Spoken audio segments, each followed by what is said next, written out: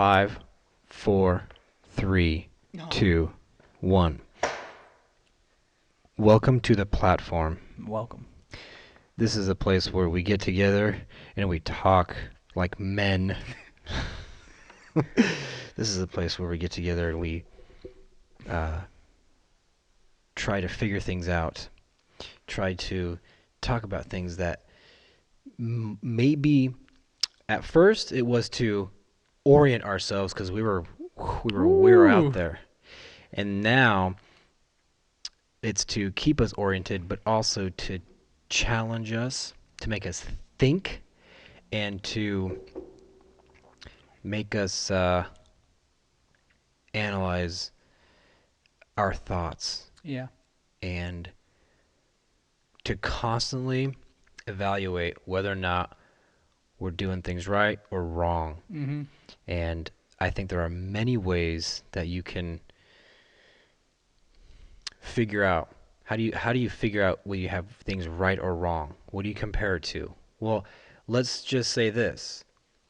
If you're doing all right, if you're feeling healthy, if you're not going crazy, then I think that's a good indication like, okay, things are going all right because for some reason it's designed that way. I don't think going crazy is fun.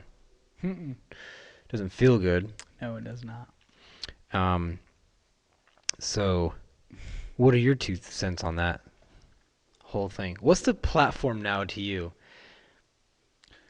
Well, the platform really has the goal of it really hasn't changed much for me to seek truth, and it's a tool for us to grow Mhm. and then to hopefully help other people grow Mhm. from our growth, from our mistakes and what we've learned. So I like the way that you articulate it, though, like just your thought process there, because for me, that is it's a it's a way to check the progress Mhm. to see how we're evolving in life. Are we moving forward? We staying neutral? Are we Mhm. going backwards? Yeah. And to be very intentional, to be very clear, Mhm. and then to be challenged to learn Mhm. more. Mhm. Mhm. Yeah, I man, I love it. I actually just had the affirmation of loving it because you actually said the other day, it's like, man, I think we should do the platform more often, at least weekly. You said something like that. And because I said less often. oh, less often. Yeah, Okay, never mind. bi-weekly is what I said. um, and I totally agree with that. If if you take out the less part, uh, okay, because it's like this. Okay, you know how every day you go home, everybody pretty much just goes to work or does whatever they do, but unless if you're a nomad or if you're traveling the world right now, you typically always come back home. It's Hmm. like you go out, you come back. It's just a cycle. Boom, boom, boom.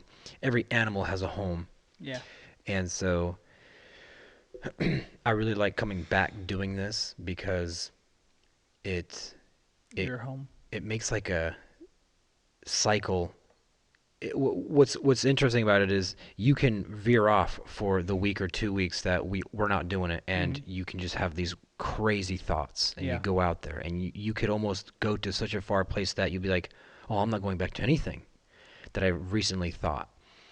But life is so cyclical, man, and so you always come back, and it's like coming back here is great because you kind of bring it all back and you reevaluate, and then you can go out and do it again the whole next week.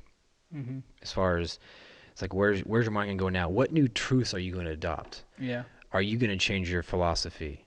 And I bet that's so cool because it's you gotta ask yourself, well, what makes a person change? Especially, look, what did God say? The Bible said, "Blessed are the poor in spirit, for theirs is the kingdom of heaven." And I'm sure that means a heck of a lot more than what I think it means. Hmm. But I think it's got something to do with, blessed are the poor in spirit. The poor in spirit are the ones who I think are more in the necessary position to receive. Yes. You know, it's like Hmm. just the other day I was driving by and there was a homeless guy on the street, and uh, I handed him a few bucks, and you can see in a person's eyes like that that they're it seems like they're ready to receive something big, you Mm. know, just like some kind of revelation, like they're open to it. Yeah. Whereas maybe some others are already set in their ways, and it's like it's gonna take a heck of a lot to change me. Yep. Um, you can't teach an old dog new tricks. You can't change the mind of someone who's super ingrained in their ways. Um, so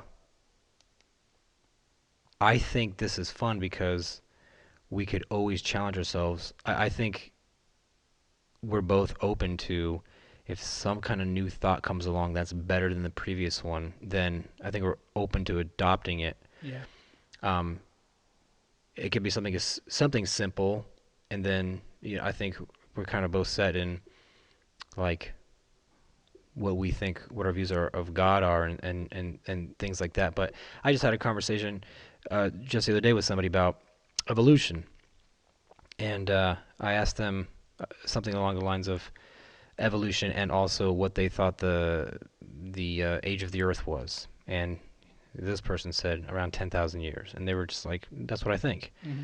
And then I proposed the idea was, well, what about it being 4 billion years old? And they were like, "Well, even if it was, that doesn't really change anything for me." So, which that's another interesting topic. It's like, if you were given information, how much would it change you? Like facts. Like if somebody said, "Look, it's an absolute fact that the Earth is 4 billion years old," and they could prove it somehow. They can say, Hmm. "Look, there was actually a video camera, and we can scroll Yeah. back and you watch it." It's like, okay, that's cool. Um, but well, I guess it'd be different if you had that physical evidence. But um, anyway, so what new thoughts do you have? We talked a week ago. Yeah. Give or take. Hmm. Has your life drastically changed? No, but I do. I do feel like I'm progressing. Mm. You know. So, just it's weird because you have to balance the journey, the pursuit, with the idea of arriving. You know. Mm. So, for example, if you and I are searching for truth, if we're not content or operating out of a healthy lifestyle while on that journey, Hmm. because we don't think we can be healthy until we arrive there, Hmm. well, then that's not good, you know, Yeah. and you're always chasing. Yeah. And so it's interesting because I feel like there's a breakthrough for me ahead where I understand how and why I operate the way I do. Mm. For me, knowing is huge. It's a big piece of the puzzle because I'm analytical. So when I know how something works, then I'm able to understand it better, and Yeah. also understand how to change it, you know, one way or another. But if you don't know how it works altogether, and you're just like, okay, well, that's just life, and here are the results. You know, Hmm. you are this way, and that's why it is. Then trying to change becomes harder. So I'll give you a cool analogy, which I just came up with. I mean, you know, making this up as I go. I have well water in my house, so it's the first time as an independent person that I've had a house with well water. You know, Hmm. I've lived in a house with well water my Hmm. whole life, not my whole life, but at times during my whole life. But I wasn't the one changing the filters and adding the salt, etc. So it's a learning curve, and so I'm doing a bunch of research, talking to a bunch of people, etc. Because I don't like the smell of rotten eggs, and I don't want, I'm Did you know afraid. that when you moved in Oh, that I that had I have well well water? water? Nah, no, I don't think so. I mean, I don't. Yeah, I mean, he told me. I didn't even process it Yeah. because I mean, my mom has well water, Yeah. and you wouldn't even You wouldn't know. even know. Yeah. Yeah. Yeah. Yeah. So anyway, there's a general system for well water, Mm-hmm. but what I think people don't realize is that every person's well is unique, and it can have different um, types of iron in it, and there are better ways to fight different types of iron and these chemicals that are in the water. So if it's so interesting. So you have the pump that takes the well water and puts it into your house, and from that pump, before it gets all the way into your house, it goes through a filter, and then it goes through a softener. And the filter is just a cylinder filter like one you'd put in your fridge or something, and that's the first defense before the water gets into the softener. And when I got in there, I changed it, and it was like rust, man. It was just caked with, you know, um, just junk. Mm-hmm. So my dad was like, "Yeah, you're gonna have to change that filter like every other week." And I was like, "Are you serious?" It's like that sounds pretty crazy. And some people, I mean, there are some filters it's longer, whatever. So I was thinking, I was like, "Oh, what if I put like 3 filters? Mm-hmm. That way when it finally gets to the softener, it's got pretty clean." And I was like, "Well, I'm still changing all the filters, etc." So I researched. I'm like looking into ways to, clean your water. And it's just so interesting because I discovered that there are different types of filters and different types of filtration systems that fight against different chemicals in your water. And so, had I not known that, I would have just been, I would have been using the wrong tools and the wrong resources to Mm-hmm. fix a problem. And it would have done some good, Mm-hmm. but it wouldn't have gotten to the root problem of it. So that's how I am with myself. Like, I need to know what's in the water in my mind, and why is that bad, and how what filter can I use to get the best result. So, I, having said that, I feel like I'm close to this breakthrough, and I don't know what that means. It's just like this understanding of why certain thoughts come to my head or certain feelings, and then how to navigate through those. Mm-hmm. Like even you were saying the other day with the reward center of your brain. So like today, I have a bunch of stuff to do at the house. Like Mm-hmm. I want to be at the house right now, to get moved in because it just got cleaned. So nothing's in the house right now. Mm-hmm. It's like almost empty. So I'm excited to put stuff in there finally and actually like organize and do all that. And I had Bible study tonight, so I'm driving there, and I'm like, dang it, man, You gotta do the I got platform. to do the platform. Mm-hmm. And I was sitting there driving, and the reward thing hit me, and I was like, I checked myself. I was like, why do I have that feeling? I was like, I like doing the platform. I'm excited about it. I mean, I knew why. Like, Mm-hmm. I knew it was because I was, want to do that stuff over the house. But just because I want to do that stuff at the house, I have to. It's like something I need to get done, Mm-hmm. and I'm also excited about it. You know, but the platform in of itself is exciting. I enjoy doing it. Like I'm happy to be here. So even though it's okay that I want to be at the house, it's not okay for me to not want to be here. Mm-hmm. So in my opinion, or at least for me, it's not. So I really checked myself, and I was like, what? Like where's this coming from? Like, what is making me feel like not wanting to come? What, where is that inside my brain and inside my body? Like, I don't want that.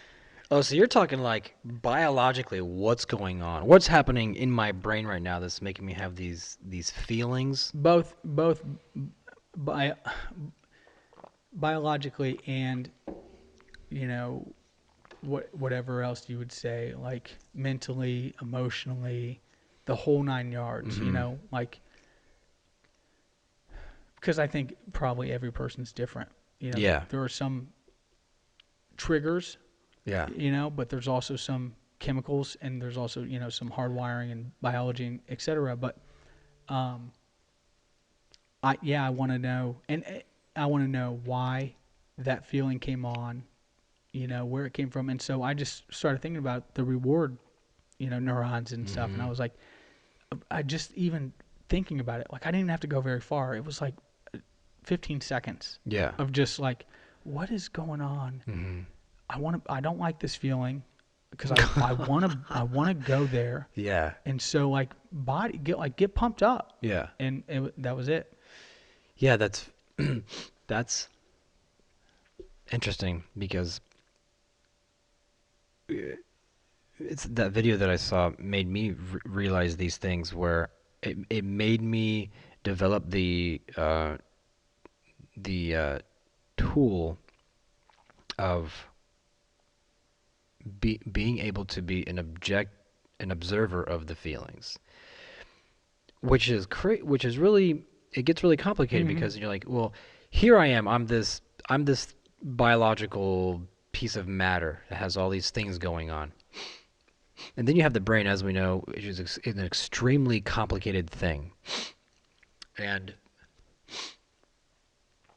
if if you're the if you're the observer of these things happening to your brain, that's making your body feel these things, then what's the observer?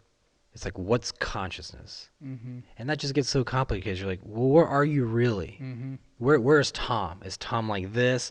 There's a I heard somebody say something. It was a fun little mental game. It's like, if we started to exchange atoms Hmm. one by one, at what point do I become you? You become me? Mm. Like at what distinct point? Yeah. And Once that's 100% has been changed, obviously. but yeah, because it's like, if we started to exchange atoms, then on the first one, I'm sure I'd still be me, and you'd still be you, and then you keep going, and it's like, well, at what point it's like, oh, okay, I'm starting to be me, you now, and um, Yeah, that's so interesting. so yeah. See, here's what's interesting is that, to me, is that the answer, it's not like it's been discovered. It's like, okay, we got the answer, guys. It's in this. Let's just explain it to you. Yeah. It's like everybody's living their life, and you can ponder these answers. And when you're kind of tired of pondering, you just go back to being who you are. You're. It's like, well, at least, thank God we have that base to go back to. Hmm. Just like, oh, I can go be myself for a little bit. And don't you ever have those feelings where you're kind of like, and we talked about this before on a previous platform, where you you catch yourself in moments of being like, oh, this is how I used to behave. Like, this is how I used to be back in the day. Like, I'm noticing I'm talking the same way and Yeah. I'm responding, and I have the same feelings as I did when I was, let's just say, 15 or something.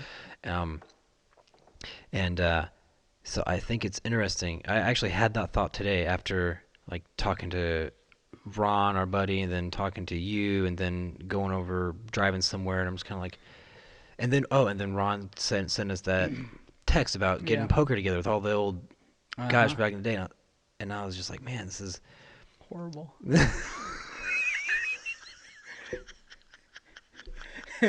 what's happening here. It's like Ron, history's man, repeating, dude. grow up. But and I actually think, I'm kidding, Ron. I'll be honest, I actually think that, you know, the other day you had the auger bit analogy, where you're like doing cycles, but you're Yeah. going down. Hmm. Well, you know how when an auger hits a rock, it just Yeah. keeps skipping, and it skips in Yeah. the same spot, even though it's turning. It Hmm. appears as if it's doing something, but the Yeah. darn thing is staying in the same place. And I think that's kind of, I think that it feels like right now, I don't know how it is for you, but in my life, that auger hit a rock, and I have a choice: shift it over and keep going down, or stay on that rock. And I think staying on the rock just means if you're feeling like the old self is returning, you can stay there and be comfortable, or shift that auger over and start keep digging, which I think means don't return to old habits, and old habits lead to old ways of thinking, and you don't want your old ways of thinking. You want to, if they do return, at least recognize it. I would say that's more important. You can't necessarily, I don't think it's very possible, maybe not really, um, uh, not very, Beneficial. not beneficial. It's not desired that you'd want these old thoughts to Yeah. come back, but most importantly, I feel if they do come back, to be aware of it, Yeah. to not be re-victimized again with your old ways of thinking. So it's like you always got to keep yourself in check, Yep. and then to keep progressing. So I had that thought, and I thought that was interesting because I feel like the cycle's coming. Because look, we started this platform what 8 or 9 months ago. That'll be it. Like it's coming on a year pretty soon. In Right. January. Yeah. Yeah, in So January, 3 so months. 3 months. And I think I definitely feel mentally better. Um, Yeah. but it's like okay, regroup and then keep going. So And it's interesting too because it's I don't know if easy is the right word, but it's possible, and for me it's easy to look back at a year from today and say, okay, where was I and how have I changed? mhm. And so it's easy for me at least to be able to find ways where I suck and I'm disappointed, and it's like, oh my gosh, I'm what's really changed, like. Mhm. But then if I want to, it's really easy as well to Mhm. find the changes, Yeah. and Mhm. so I focus on those. Obviously, I mean not obviously, but for me, I find myself sometimes dwelling on, oh my gosh, I'm still here, like finances, like, oh, I'm still struggling in this area with my Mhm. finances. Mhm.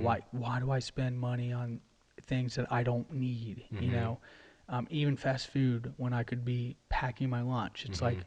why haven't I gotten that yet? Mhm. So it's easy. It would be easy for me to sit in there and be like, oh man, I'm going nowhere. Mhm. And that's not the truth.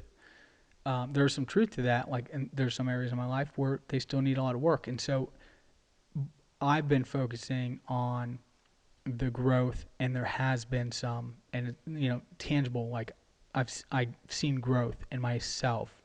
Um, man, just today I did something. I can't remember what it was. It was today or yesterday. I did something, and I was like, "Oh my gosh, who are you?" Mhm. Like you. Positive. Yeah, Yeah. yeah. It's like you wouldn't have done that. That's cool. This, like, you wouldn't even thought about doing that. I can't remember what it was, but it was. Um, Brushing it your teeth. no, yeah, for sure. It was. I was gonna say something else, but it might have been something like um carrying a piece of lumber from my yard to my driveway, and a sticker falls off, in the grass, Then you and pick it up. I go Yeah. back and I pick it up, Right. Right. Right. and Right. it's things like that See, where, that's cool, man. That's subconscious programming, like working, yep, yeah, because and now it's instinctive. yep, and it's so cool, man, because we have had conversations like this before where like what you say is spot on about just doing it now. Like when Mm. the thought comes in, Mm. do it. Oh yeah. Yeah. Because Yeah. you have half a millisecond before excuses Right. You talk your way out flood. of it. Yeah. And so it's so interesting because it Yeah. becomes easier, Yeah. and then it becomes Yeah. non-existent. Yeah. It's not even a question to Right. do the right thing in Right. any. And then you're screwed. Yeah. Yep. So I'm happy. I've seen growth. I'm excited. Um, crap, I was gonna say something else, but anyway. Mm. Yeah. Hmm. That's cool. I mean, look, subconscious programming. Bruce Lipton never said it's going to take a week. I think he said 40 days. Maybe that might be. I think that's a typical rule. It's like to adopt a new habit, it takes Hmm. 40 days. Um, but man, when you get to the point where you are doing something that you wouldn't have regularly done instinctively, that's where you Yeah. know that your subconscious programming um, efforts are Hmm. like they're good now. And so, gosh, even that one piece of evidence, just now it's like, okay, well the door's open, man. Like how much now can I pack into my subconscious Oh, to really affect many aspects of my life? Um, yeah, what were you gonna say? I was going to allude to what I said earlier about the journey, and not being so caught up in arriving. Mm. Like I keep referencing this breakthrough and whatnot, and Yeah, yeah, like to feel like, oh, I'm there, yeah, but I'm already feeling good about it, yeah. and Hmm. I want to do a better job Hmm. of feeling good right now about the changes, and Yeah, instead of being like, oh, it's I'll be over good, there. yeah, I'll be Yeah, good when I get there, because great that's point. just not the Great truth. point. Yeah, I actually I had like a thought kind of similar to that. I felt that like maybe a week ago, where I kind of felt kind of heavy because I started Ate too to, much. huh? I I started to identifying with that which I had envisioned, and then you look at the current circumstance, and then you're like, oh, but I'm not there. And then if you let that get to you, then that's when you start to feel dissonance, and then Hmm. that leads to feeling negative, bad, depression, and so forth, and it just trickles down in a negative. Um, but you know what I started thinking about? I was like, back to wholeness, back to everything that I need, I already have, and I was like, you know, what do I expect? Like, what am I expecting here? I told myself, you will never in your life become a rabbit. Hmm. You'll never become, listen, hear me out. You'll never become a shark swimming in the ocean, right? Yeah, And you're I'll probably agree for sake of like, yeah, you're probably like, getting what are there. you talking about? So here's what I'm talking about. The things that you, the things that you set your mind on and identify with, and that you're not, then that's what creates the disharmony within us. Hmm. It makes us very angry and bitter and resentful and all these things. We could even it could even take us to a point of being depressed.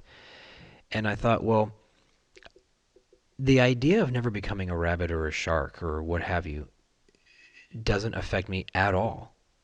I just I'll know that I can go my whole life through all my experiences, through all my spiritual experiences, through all my conversations with God and all the happenings.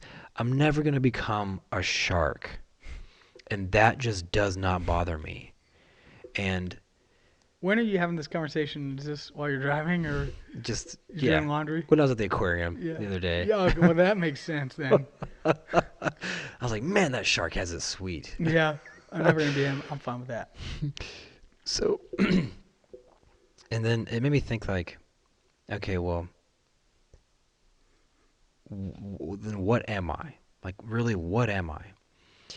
I think I make the mistake, or I would be making the mistake if I constantly felt like I was trying to be something that I'm not. Hmm. Because we can look all around us and see people of different status or occupation or whatever it is. And first off, those things can change from person to or a Hmm. person can change uh, multiple areas of thinking or occupation, what have you, throughout Hmm. their life. And so I'm sitting here thinking like, well, then what am I at its purest, at my purest core? What am I? Like, what am I going to identify with? And I think for me, as of right now, it's just to identify with pure consciousness and awareness.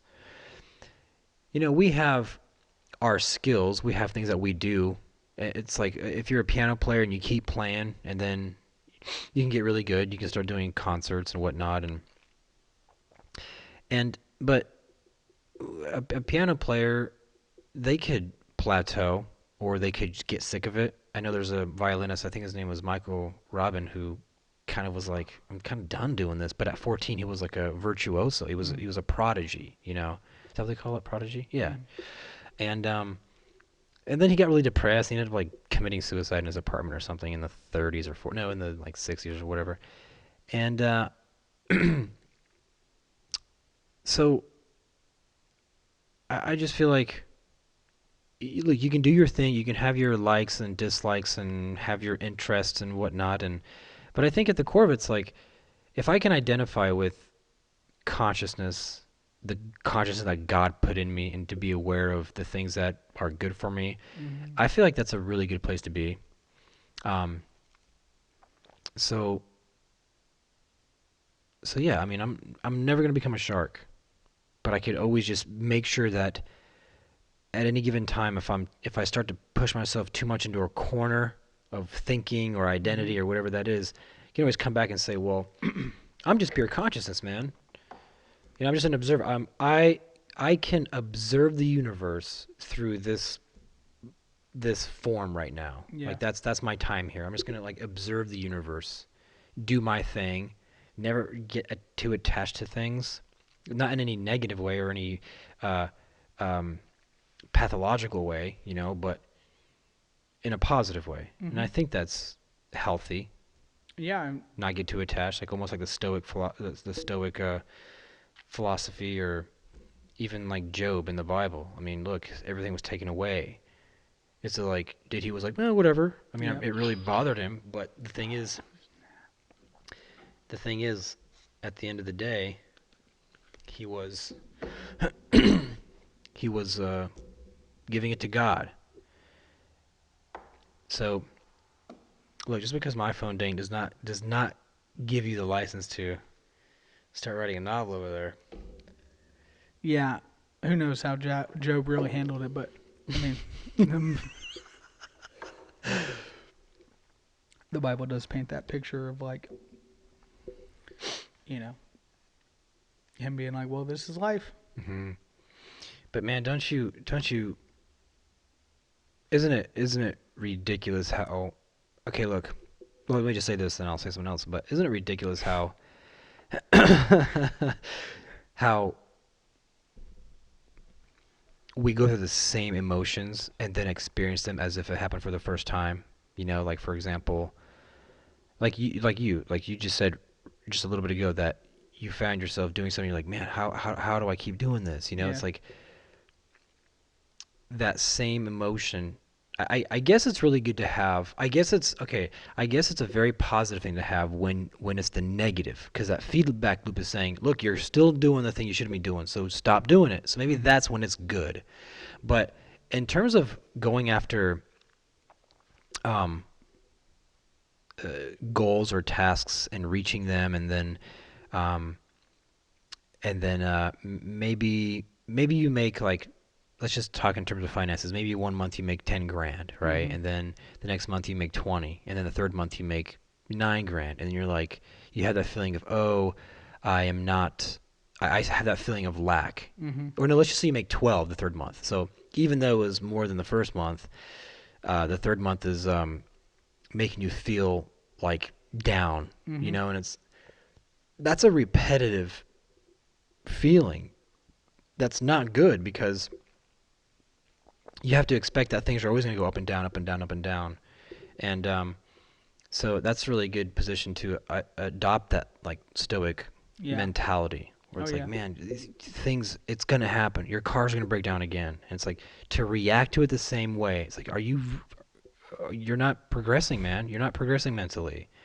You're letting the things affect you the same exact way when you were 10 years ago. It's like, man, what's going on, you know? Um, Which is another great indicator that you're doing well when you go through something and you're not affected. yeah, You know, right. just a gauge of Yeah. like, oh wow, that didn't affect me. And it's funny because once it becomes normal, you don't even remember what you were like, prior to it affecting you. Mm-hmm. You're like, oh, that used to really upset me. Mm-hmm. Now it's now it's No, fine. it's just fine. Yeah. It's cool though. Like you ever see? I mean, this could be just at a straight like being oblivious because of age, but you never see like 80-year-old driving their car down the street and they're just going like 35 and Yeah, on the they're freeway. they're not worried about the rush of the world at all. And again, they could just be going cuckoo, or they're just like, honking all you want, man. Like we're all gonna get to the place we're going. Yep. It's every day you get on the freeway and you flip out because you're not getting there 10 seconds faster than yesterday. It's like, dude, relax, man. And Part of that is not having anywhere to be. Not. or not remembering where you're going. That's half of it too. Where am I? Whatever. I'll just. What? Who's driving this thing? Seriously. But Part of it's not having anywhere to be. honey, park this thing. Wait a minute. That's so good. I'm dude. driving? That's so funny. You're like part of it's not having anywhere to be.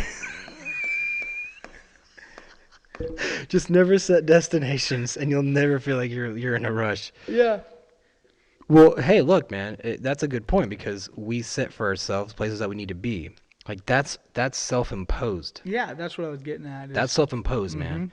I gotta be at work at 9 o'clock, or I gotta be at this meeting. Yeah. It's like, okay, well, you chose the meeting, or at least your job did, but you chose a job. And what'd you choose the job out of? Urgency, necessity, or was it something that you were like, hey, man, I'm gonna do this because I love it, and I'm seeing a lot of opportunities, and sorry, Dude, you are all jacked up over there. I keep bumping into this. Okay, I think it's kind of better. So, what time is it? 11. 11. So, yeah, do you have any other things you want to talk about or any great points you want to make? Discoveries, plans, anything that'll be cool to listen to or to think about? No. I am, I'm reading The Language of God, which is cool. How far are you Francis into that? Collins, about halfway. He's cool. I just got done reading a chapter about him explaining in detail about the human genome Yeah. processing, the mapping or the deconstruction of the human DNA Mm-hmm. and or the genome. I don't. It gets very scientific, but so it's really cool because today when I was reading it, I was thinking this isn't a Christian book at all. This is just some guy talking about science. At least that chapter. Yeah. And it's cool because I had to remind myself like, oh, this is a guy who believes in God. Like it's interesting that he's Does or doesn't?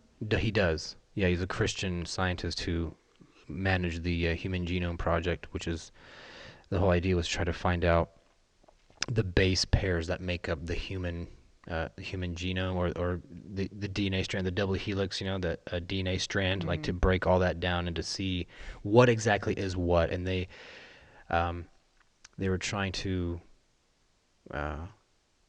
they ended up bringing down in a previous project. He was able to discover the pairs that are responsible for cystic fibrosis, and it's like they found it, like they found whatever it was in in multiple people that like that's what causes it. And it's going to get very interesting because they're going to break that down. And again, it's very scientific. I don't know that world at all, but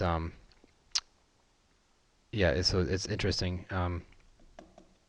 Another interesting book that I want to pick up next is called Self-Reliance by Emerson. And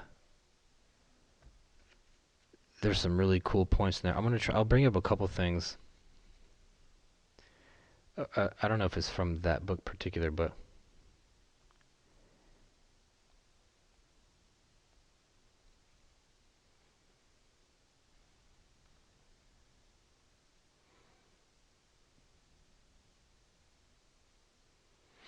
Let me read a couple of these, and you tell me what you think. And this is from the book you're This reading isn't now? from the book, Okay. but this was a video that I watched, and self-reliance was referenced a few times. But this is pretty much all about being responsible for your own thinking, becoming your own person, and being self-reliant. And so I just have three quotes, and I'll Hit me. read them, and you kind of think about them. Tell me what you think. Um, so this is from Montaigne of the Education of Children. Our mind moves only on faith, being shackled and constrained to what is desired by someone else's ideas, a slave and captive under the authority of teaching. We have been so subjected to leading reins that we take no free steps on our own. Our vigor and liberty are extinct. Next one. This is Nietzsche from The Gay Science. But during the longest period of the human past, nothing was more terrible than to feel that one stood by oneself, to be alone, to experience things by oneself, neither to obey nor to rule, to be an individual. That was not a pleasure, but a punishment. One was sentenced to individuality. Freedom of thought was considered discomfort itself. That's interesting.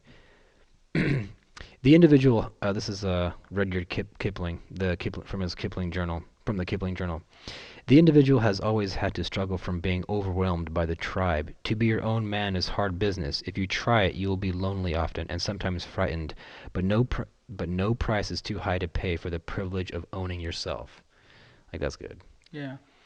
But right here, Nietzsche was talking kind of not for what he said here, but he said that there was a time where, and there still is a time when one was sentenced to individuality, especially he's talking about the tribe days when Mm-hmm. if you were part of the tribe you had to Yeah. conform, and then if you didn't conform then you were kicked out because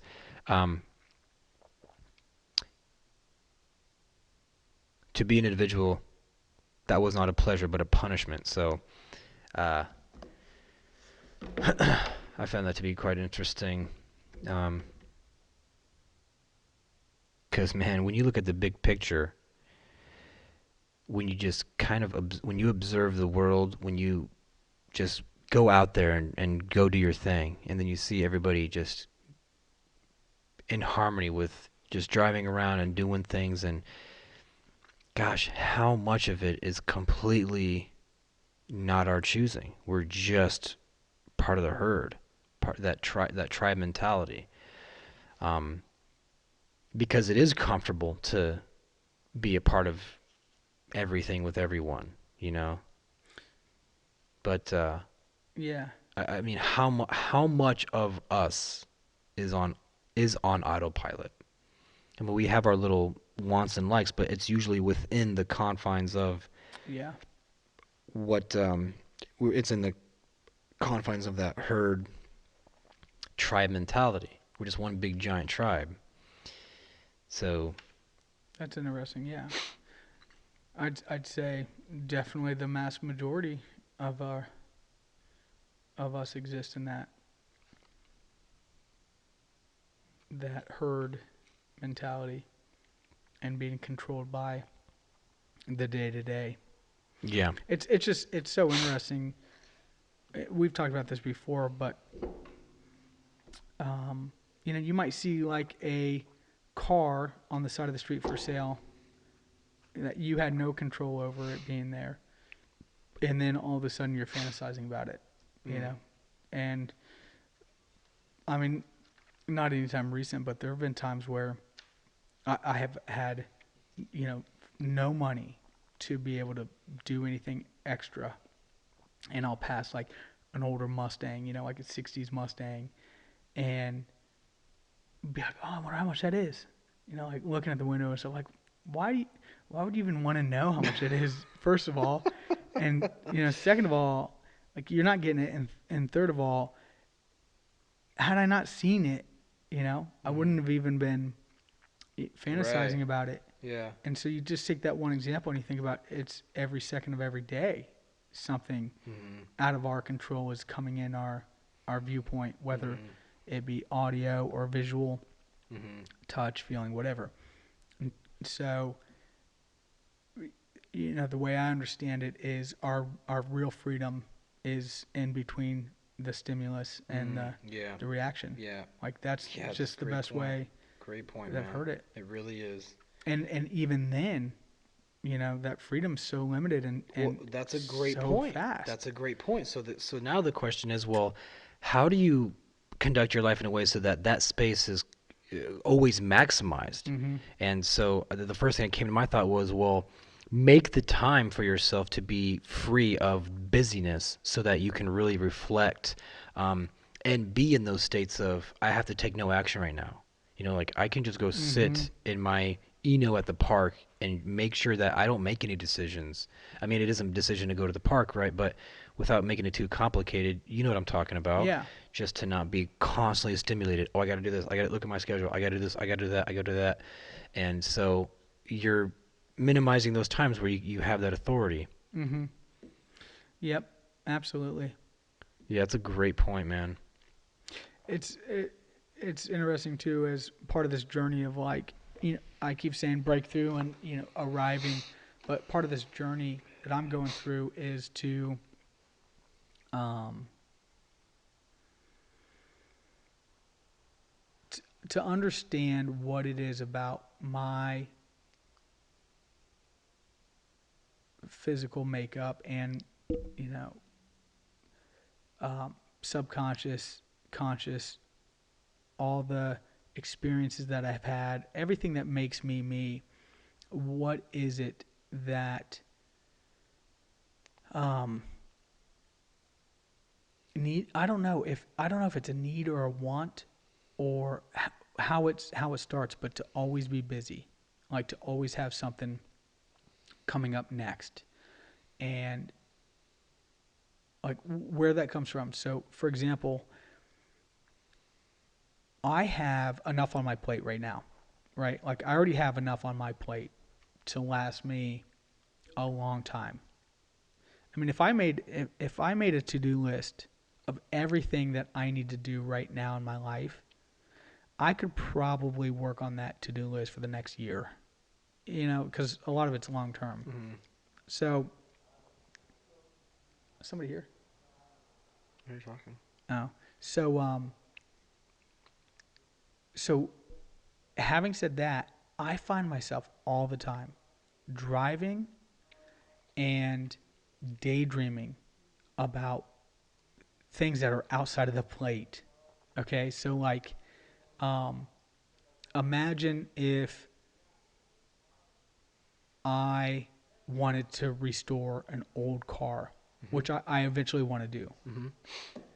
So it's like I'll be this is just an example, but hypothetical, but I'll be driving down the road today, daydreaming, and I'll be thinking practically about putting things in action to make that happen. Mm-hmm. Like, okay, what do I need to do first?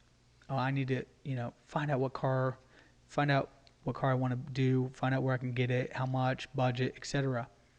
And I'll just, it's to what you said about the reward neuron. Like, we get so much reward about fantasizing about the vision, the goal, and then when it comes time to do it, the reward's gone or whatever. Right. Yeah. And so now we're just, Now it's the work. It's like, yeah. oh, this isn't fun. Right. And so I find myself in that situation, and I'll be like, what am I doing? Mm. Like, why am I even, Entertaining the idea. entertaining, this idea? I'm like, it's not even practical right now. Mm-hmm. So that's part of trying to figure out why is it that I can be like that and always have something next and always have something on my schedule, and it's a crazy dynamic, of how I'm wired and why I'm wired that way. And Have you ever have you ever done this or thought about doing this? Like setting a day for yourself, like specifically like saying this Saturday, this Sunday, I'm not doing anything. Like a day that you don't have the kids. hmm Instead of setting a schedule, like what I got to do or can I get do, it's like I'm gonna do nothing and just kind of flow throughout the day. Well, I'd I mean, have I mean, to, I know there's times that we do that, but it's typically out of like, I have someone yeah, on play. I don't want to do anything. and But that I'm talking like setting the intention, be like, you know what? I'm gonna make sure that that day is reserved for doing absolutely nothing, but not in the negative way. so yeah, to that point, I mean, I'd have to be very intentional with what nothing I'm doing. Yeah. Like I'd have to map it out because first of all, doing nothing is very vague and impossible, to just like even if you're doing nothing and you're sitting on the couch, you're sitting on the couch. You know what I'm saying? So Right. like to have that fine line of okay, what do I mean? Do I mean not having any production, not working? Because there have been plenty of days where I do stuff that's just fun, right? And that's not what you're talking about. So are you talking about more of like meditating? Like Yeah, I was thinking just being okay. Like imagine, or you're at your new house now. Okay, so you get out and then you just sit. Like you can tell yourself at 9 o'clock or 8 o'clock, I'm going out and I'm gonna sit on the porch and I'm just gonna observe and just be totally aware of what thoughts come to my head, but not act on anything. Just be like total awareness, mhm, and then just kind of be like, okay, I've been doing this for a while. Like, what next? And then you got to ask if you feel like if you tell yourself, okay, go do this, then ask, well, why do I want to do that? yeah, Like, what is it about that? Because man, the mind races. It's yeah, we're always. It's like a what's that like that slot machine, how you go ding ding ding, and these things are spinning and they lock on something. You're like, yep, I'm gonna go do that. It's like ding ding ding. You're like you're yeah, searching. It's like, well, what are you searching? And the options that you're searching, what put those in place? yeah, How come you're not thinking of doing things that you've never thought of? mhm, And so, I think that that's a really good place to be. Kind of like you're talking about when there's a stimulus in that reaction period, that little space in between. It's like, well, when something comes in your head to do something, if it's not a chore, like if it's not a responsibility, just yeah. if you have that time to be fully conscious and aware, then what's coming into your head and why? Yeah, that I mean that's an interesting Yeah. uh, experiment. I'd love to give that a shot. And again, I'd have to be very with myself intentional and specific Hmm. because it'd be easy to find a way to do things like get groceries Hmm. or Right. get like do now like my mind will automatically go okay, well now let's do things that I normally wouldn't get done. Yeah. Let me go You know, kayaking, yeah, or yeah, you mean chore wise or it leisure wise? both. Okay. But Yeah. I meant more like chore wise, like Yeah. Yeah. but Like you've wanted to do it for a long rewarding. time and Yeah, you like finally. oh, I'll build a garden. Yeah. Yeah. Right. So and that to me is the opposite of what you're saying. Yeah. To just Right. sit and but also if Well, I think it's yeah. it'd have to be the outcome would the goal would be to be beneficial and rewarding. Right. So it'd have to be like again, I'd have to be very intentional. Like I could go to a monastery and just sit in silence Well, for a see, day. yeah, see, that's interesting because I just thought, I think one of the most powerful moments in my life recently, about a year and a half ago, was when I was living in Maine, and I was at a point in my life where I did not feel enthusiasm or passionate about, like, how you get excited about something? Oh, I want to go to the concert, or Hmm. oh, I got to do this. It's like I didn't feel none of that. I was like, none of that is rewarding. Like, I don't get that stimulus feeling. Like, nothing. And what it forced me to do was to sit in a space of just complete stillness. And you filter through your brain like, okay, what's the next thing? Oh, well, I don't care about that. I don't care about. I got to the point where it was like nothing's out there that's making me feel good about And were anything. you in a negative place right when you were doing this? Well, I was definitely in a negative place and I was coming out of it. But it's like I was in a negative place and then I hit this new place where it wasn't necessarily negative and it wasn't positive. I just was. Neutral. I wasn't like how my brain would normally be. Like right now, it's where it's like, hey, we're gonna wrap up and then I'm gonna go home and then tomorrow's this and the next day's that and then a week from now is that. It was like none of that mattered. I was just like, I would have to say in the purest state of just consciousness, like pure consciousness, and then letting just things flow. And it was like when you kind of are in that state, something, God, whatever else it may be, in addition to, kind of just like starts to feed you something. Hmm. And I don't know what that is, but and then I just started becoming very aware, and I started to have these like things started to make sense. Like bigger picture things. Mm-hmm. Like existential things. And so remember that quote that I read the other day out of that book that talked about how the language of God, how it talks about we busy ourselves so much that even weeks or months or years can even pass without us thinking about the divine things. And look, man, remember we talked about this before when we were on our kayaking trip? Remember we said, how do we know that the way we're living life is the way you're supposed to live Yeah. it? How do we know that we're just not the result of conformity to Mm-hmm. the culture and just to the way how things are? If we were living 200 years ago, things would be different. Yep. 1,000 years from now, we won't be doing the same thing. So, yeah, we're living in this time right now, but we still have the option of doing whatever the heck we want Hmm. to do. Yeah. It doesn't have to be negative. It doesn't have to be hurtful towards society. Yep. But think about the whole elephant in the chair. It's like, look, that chair can be symbolic of. That chair can symbolize culture, Yeah. our tribe mentality.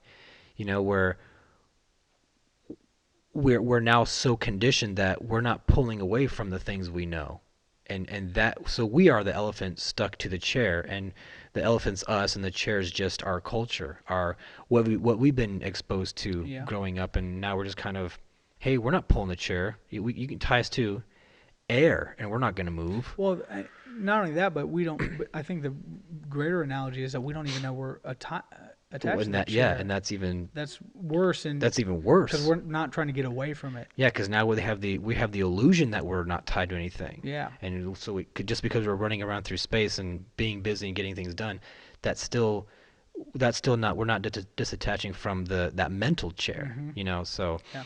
and I think to get to those points where you're in pure awareness, and look, man, there's a God, there's something out there that's can feed us information if we just allow ourselves to be open to it. Yep. And that's a space that is not necessarily well known by all. I mean, I'm sure there's some people out there and who are super tied into that, who can receive that message and are very aware of it or be in those states of consciousness. So I think uh, that's from my experience, that's a for sure thing. But we tie ourselves to that chair, and then we forget about these things just because life. But it's our choice to make time for that, Mm-hmm. and there is no excuse. I think the reason why we busy ourselves so much because we think that without being busy, well, what else are you gonna do? And maybe it's just an under um un what is that explored territory. If Yeah. if not by if not by none, well then just a bare few. Mm-hmm. So, and I I think that's definitely the next revolution is consciousness. Yeah. It's going to be a matter of time. I'll finish what I have to say with this is I had this thought the other day. My sister sent me a video of this guy named I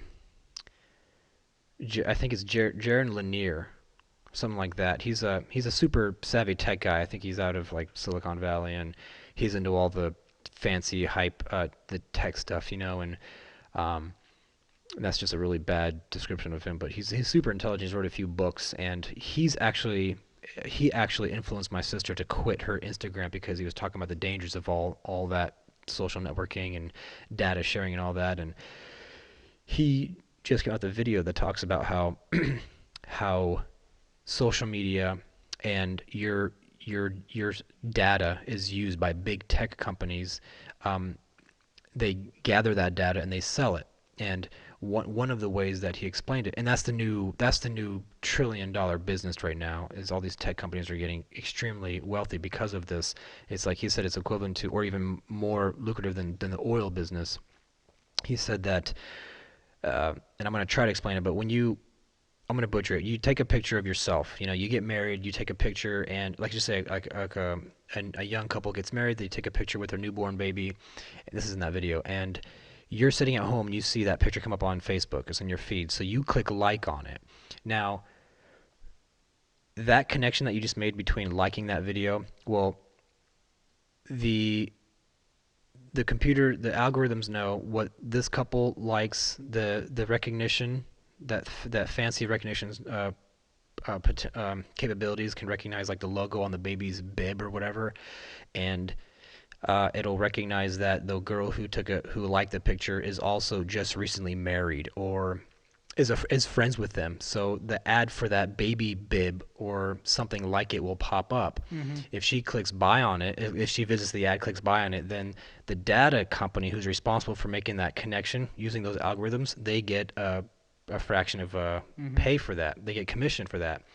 And so what Jaron's talking about is that's awful because companies are using your data and they're paying you nothing for it. So now he's saying him and his buddy are starting a company called, or they've coined the term, I don't know if it's the name of the company, but it's called Data Dignity.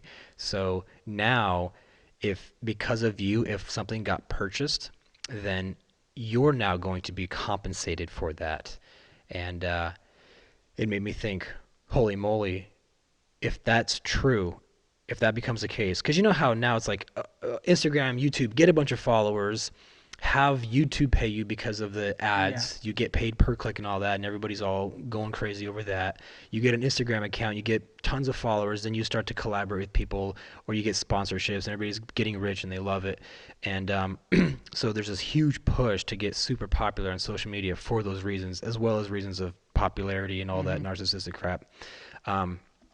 So, but now it can happen on a much smaller personal level. If I just say, well, if I just totally, for lack of a better word, like whore myself out to all the advertising companies, then I can make a lot of money.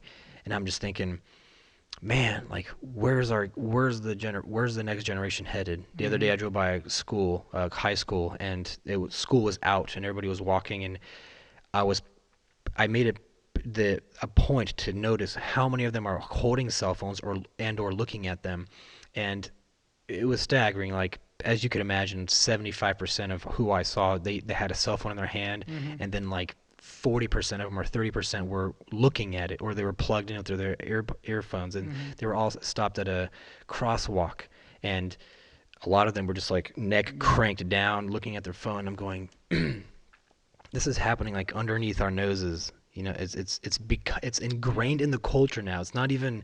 Remember when selfies first came out? Yeah. How we were like, oh my gosh, people are so narcissistic. Like, who could do that? Like, put the phone on them and take a picture. Do you remember that? Because I distinctly Yeah. remember it, Yeah. seeing that and being like, dude, people are so into themselves. But now it's like everybody does it. Yep. It's no big deal now. It's just like, oh, you want a selfie? Sure. It's even called. I think even it's even in the Webster dictionary. It's like selfie, you know. And so, sure it is.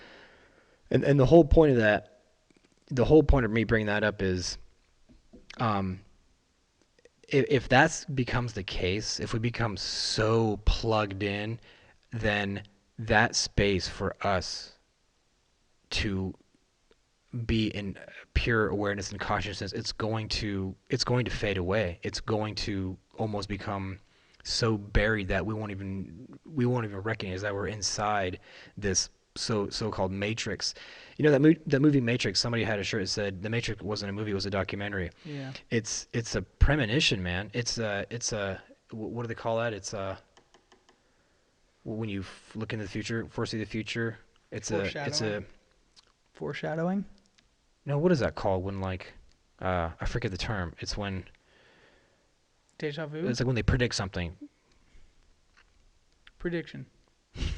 Prediction. Is predictions Prophecy? prophecy. Yeah, prophecy or prediction, whatever fits best at the moment. But I feel like it was a prediction. It was that's how it's going to be, rather than that's it. Because some people actually believe that we are inside like a simulation, and I don't necessarily think that's true. I think though that is going to become a reality where kids are going to get so ingrained into this world, growing up in it, they won't be able to distinguish what the real world versus the simulated world is. And I don't know if you looked into Elon Musk's new company. It's called like Neuralink, where they're starting to probe your brain with these things where you can like learn information faster and all this stuff. It's just like awful. And they're talking about it in the positive, like, oh, it'll heal disease. It's like it's gonna do a lot more than that. So um, I think that's important, man, to not busy ourselves. And if we reach a point in time where where we're constantly plugged in, then it will be like the Matrix. We won't be able to differentiate what's reality versus what's a simulation or fake, and that'll be a very funky time. Well, it's interesting as you were saying that. I was like thinking about how we opened up with what the platform is, and that's what the platform is. It's like a clever way to describe the platform in a short sentence is the platform is to recognize what chairs we're tied to and then to free ourselves from them in that analogy, Yeah. Yeah. because that's the point, right? I mean, that's what we're doing. Well, that's what we're discovering. Yeah. Like that's what brought us here. We realized, okay, there's something that we desperately need to keep us oriented and whole, and then we can analyze that and say, well, why is all that, and try to figure it all out. But the point is that we know that that's super necessary, at least to not be in those super dark places. Yeah. Well, and so you were saying, if that is the case with the Elon Musk, the brain probing and whatnot, then we're in for, then it's going to be very hard to, I forget how you said it, but like to see Differentiate reality Yes, versus yeah. the non-reality. Yeah. And I think the way I heard it was you were generalizing the public, but for us, for you and I think that's exactly like we're equipping ourselves right now. Yeah. To be Oh, prepared absolutely. for Yeah. that. Yeah. Totally. Yeah. So, Oh yeah. I mean, that's what it's all about. Like paradigm shifts, and to always be shifting your paradigm. Yeah. Like, what do I not know, and Right. what lie am I buying into? Yes, absolutely. I think that's vital. And it's to finish that thought for me, and we talked about this earlier, but I didn't articulate it like this. And I want to make a point about what I said earlier is for me, it's one thing at a time. So like I was telling you the story about, okay, maybe I drop a piece of trash off my lumber and I go back and get it, and you're like, when that's a natural reaction, that's when you've retrained your subconscious. Right. And for me, the way I'm going about it is one little victory at a time, because man, once it becomes the norm, and this is just an analogy, right? Hypothetical analogy. Once it becomes a norm to pick up the trash that you dropped, and it's normal. You don't have to. You never have to worry about that again. You don't have to work on that. Yeah. It literally becomes second nature. Right. It's just that's Yes. ingrained in you. Right. So now you're free to focus your efforts, elsewhere. Yes. And so that is powerful for me to be able to, keep in the back of my mind. Yeah. It's like when I suck at some areas, Right, it's like, right. okay. And we said this in the beginning, like with the reprogramming of the subconscious mind, like don't try to do too much at once. Yes. Focus on a few things and get better. And then it's a snowball effect, once you start getting healthy in certain areas, then it snowballs and bleeds over into other areas and motivates you. Yeah. Yeah. And absolutely. And it also makes me think once you've trained yourself subconsciously to pick up that piece of trash that fell off the wood, it's like when I hear you say that, I think, man, like what is he exactly training then? What's happening in the brain? Like what did he tell his brain to do? And then it's like, okay, well, what does the trash symbolize? What does picking it up symbolize? Why what does all that really mean? If you start to look at things into that which is beyond like the quantum world, like metaphysics, you know, Mm-hmm. it's because you can look at the what we see, like the empirical world, and then you start to think like that video where it's like, okay, well, wait a minute, your brains are actually made up of these neurons, these little tiny things, and did you know that you have like a molecule, then you have like the atom, which we used to think was the smallest building block of life, and then we split the atom, and then we went even deeper and realized that, well, wait a minute, it's not a solid thing, it's a wave, and we realized that when the wave is not observed, it's doing all kinds of different things, but it's not until an observer looks at it that it like takes a form, and Yeah. it's like you can never predict where it's gonna end up and reveal itself to you, and then well, what goes beyond that? What goes beyond that? And then you start to think, well, uh, and then I sort of think, well, it's like, yeah, what does all that mean to you, and why does that mean it? Why does that mean to you? What it Mm-hmm. means to you, like picking up the trash, um, and the fact that that's all trainable is mind blowing. And the last thing I'll say is this. Oh, what was I gonna say?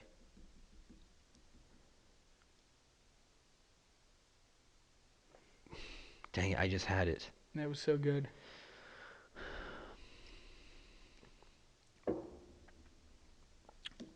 Well, I'll say this and then I'm done. Um, One thing that's helped me give people the benefit of the doubt is not knowing those answers to those questions. Would you say what gives what? What allows me to give people the benefit of the doubt Mm-hmm. is not knowing the answer to those questions, and relating it to how one person can be struggling with an area of their life that another person is extremely good at. Mm-hmm. And you have to ask yourself, okay, at what point did he become good at that, and how and why? Mm. And some of those I think you can make an argument for are just natural.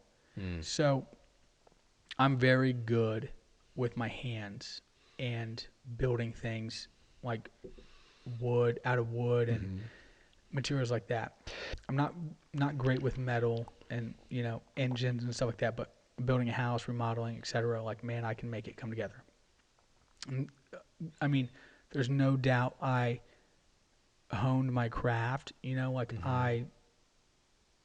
I worked at it, but I had a foundation. I had a natural, Mm-hmm. bent towards it, Ability, yeah. and Yeah. and and desire and so forth that came again naturally. Mm-hmm. And so like I can't take as much credit for that as other areas of my life where I've worked Yes. really hard at. Yeah, yeah. And I think about when you told me the story about the violin player. Like, I was thinking about this the other day.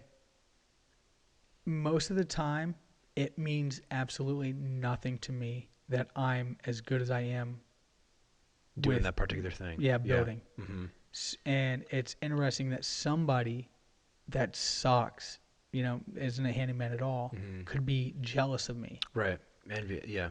And I was thinking about, so when you said that story, I was like, it's so interesting because that violin player, probably thought nothing of Yeah. his ability to play the violin. And then Because you to got him, those who desire it.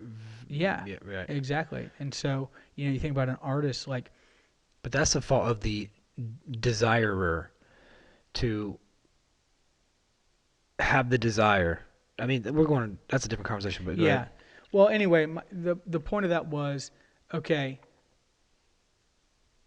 without, playing victim and trying to understand how things work and better yourself, like,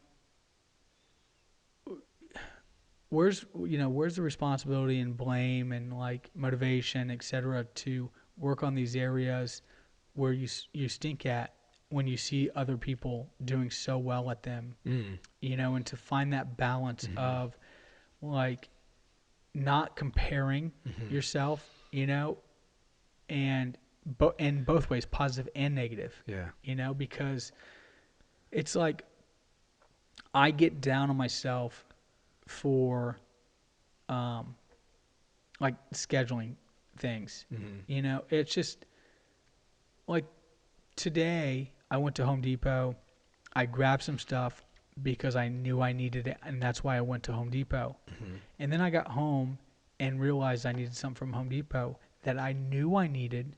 I knew it a couple of days ago, and had I just, I don't know, been more organized, I would have known, like, hey, if you're going to go to Home Depot, get these things. Like you're going to be there anyway.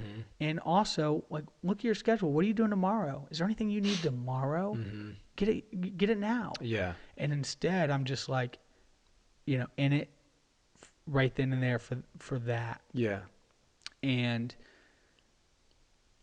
I beat myself up about that. Like, man, what is it about me? Like, I know scheduling's good. I love when have a calendar in front of me and I'm, taking notes and writing things down. Like, my life is so much better when that happens, but I just keep getting it away from it. And then I'll reflect on people that I know that are really good at that. And I ask myself, like, what is it? Like, I don't know.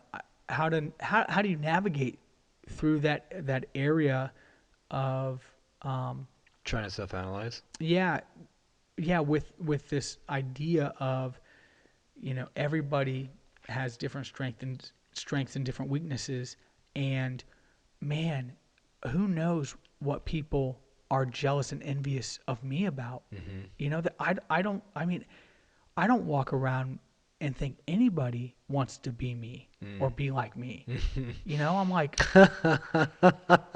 That's interesting because there's a bunch of people I bet out there who walk around thinking, I bet people want to be me, and in an extremely narcissistic way. yeah, Yeah, you're probably right.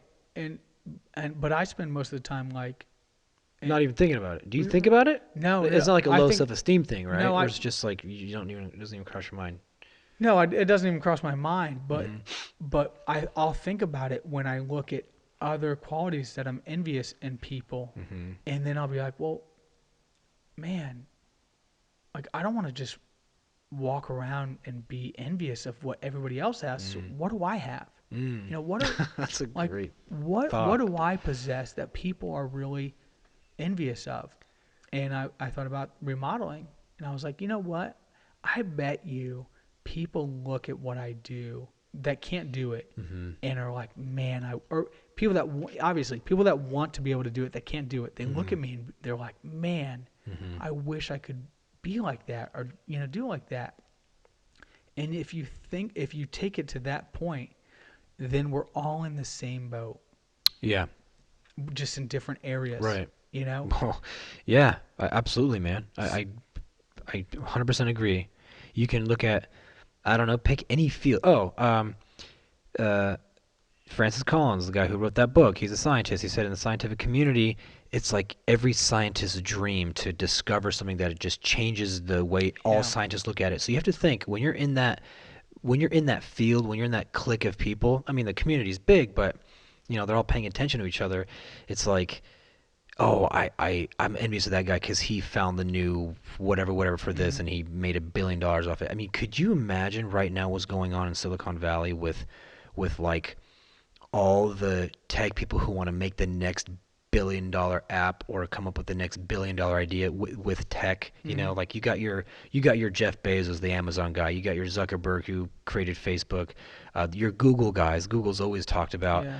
Then you have like your other guys who do these things, and then imagine being the one who's like, gosh, I have no chance. Like I'm like, here I am in the tech world trying to make it happen. Yeah. I'm like coming up with ideas. I can't even get funding. It's like, dude, I feel like crap, and I'm so envious. And it's like, man, the Bible talks about envy. Yeah. It's like, man, envy no man, elevate no man, put no man down. And I think I think that's one of the major problems in our culture today, and maybe cultures for centuries ago. Is it's like you have something that I don't have, I want it. Mm-hmm. You have, uh, you have the copperhead axe. You know, like where'd you make that? I'm gonna kill you for Mm-hmm. it. And it's like I don't know. Is that a positive thing for evolution? Because you keep trying to go after the one who has it the best, and then you conquer that, you move on, and that is that how we evolve, or is that does that also create disease in our species or in all species?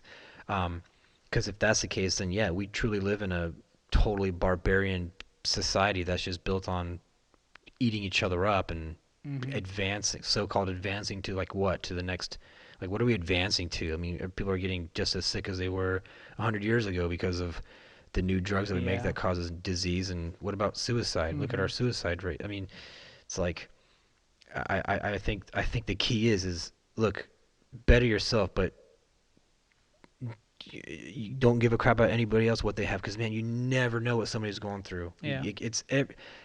We know that people paint the best picture. Mm-hmm. What is it? What somebody told me the other day. There's like a saying. It's like, oh, don't compare. This is like a social network term. It's like don't compare yourself to other people's highlight reel. It's like, you know how people put Yep. their best things ahead. Look at me. I'm in Hawaii today. I'm in Yep. this, and all I know is this, man.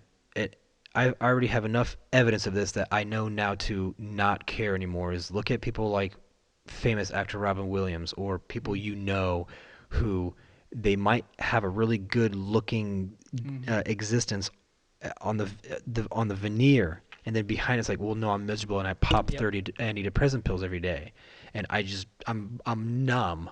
Mm-hmm. But hey, I drive a Range Rover and I live in $1 million house. Like, isn't that cool? Because guess what? I'm tied to that chair that says, if you have this, then you are the perfect model citizen, and everybody wants what you have, Yep. and you should feel good about that. And it's like, well, actually, no, it's not working. The system doesn't work, guys. Mm-hmm. Sorry, but we don't talk about it. You know, we no matter how much people know it, when we go out there, it's like everybody No. just plays that role because everything's okay. Yep. You know, so. But I think the book. Uh, Self-reliance and the other things I'm going to get into, I think there'll be great talks, and also great teachings on just to learn how to be I mean, really, like, learn how to be your own person. Like, Yeah. really, what does that really mean, and what is that necessary? I'll finish off with this because I read that. Remember, I was like, I forgot what I was going to say. Look, we went through some hard times in the past while, Mm-hmm. and they sucked because they were unexplored territory psychologically, and Yeah. they felt awful. You know, it's kind of like being dropped off in the middle of an island and you have nothing. You're just like, I have no idea how to survive here. That's the same thing with the brain. We're slingshot into some direction. We were like, what? I can't orient myself. I don't feel good. And then it wasn't until we started doing the same things that we used to do that made us feel good again, and then talking about it and all that. But look, as sucky as it was, once you get dropped off an island and you're forced to stay there for however long, and then you get out because a helicopter picks you up, you can go back now and be like, you know what? I'm familiar with this area. Mm-hmm. It's actually not as bad. As a matter of fact, I'm gonna go to that island over there because I kind of know how to orient myself Yep. now on an island that I'm not familiar with, and so I'm thankful for that Oh time, yeah. because now it's like I know what it's like to feel, to come back again, to be like, hey, this is life again, like everything's cool. But now it's like I can go back to these times, or at least that pathway of thinking, and not feel alienated there. Yeah. And not that it's like a deep dark place, but it's dropping off on that island where you're like, hey, it used to be very intimidated and very scary, but I know what's up here, and I think it's okay to revisit, or at least put yourself in those mental Mm-hmm. positions so that you can receive. And I think that was the most important thing, is being in those times you were forced Yeah. to bring new information in. And I don't want to just get numb again and be like, hey man, I'm just glad I can go shopping and not have to worry about anything. It's like, Yeah. so anyway, that's my That's my last thing I'm gonna say. You got anything to say else last? No, I like that analogy. I think it's very realistic, on what, like how you said, because, for example, if you were homeless for a small season of time because of unfortunate circumstances, and then you got yourself back on your feet, next time, being homeless is a threat or whatever, or actually happens, especially if you get to a healthy place mentally, right? And Yeah. so, like, maybe your finances still aren't great, but you've figured it out mentally. Then Yeah. when you go back to that place of being homeless, you can be like, oh, I I'm know fine. this place. Mhm. Yeah, I'm fine. It's interesting because I love driving my red truck, and when I had my red truck and it ran well, I like driving it more than the minivan because of the system and the way it looks and drives. I like the minivan better because of gas. So, but now, and my minivan, you know what it looks like. It's beat up. It's embarrassing to, to pull up to a customer's house. And now my truck's engine's down. And man, am I praising God for that thing. I'm like, thank you, Jesus, for this van. And I'm so grateful for it, So it's interesting because Dude, I do. It's so funny because the van I drive, as you know, it's worse than mine. It's worse than yours. But I'm telling you, man, I I'm just like, gosh, I mean, I can go buy something right now, but the thing is, I'm not. And the thing is, it's like, hey, I own the thing. Like, I don't have to worry about a $500 monthly Yeah. payment just to drive something fancy. And sure, someday I'll buy a new car, but um, but it's that envy thing. It's like how I'm not what I think I am. I'm not what you think I am. I am what you think. What I think you think. Yeah, I what am. I think you think I am. It's like I am how you think Yep. you're seeing me right now. It's like I'm Exactly. constantly putting myself. It's like, dude, I'm Yeah. done with that. Yep. Done with that. So anyway, praise All God, right. dude. Peace. See ya.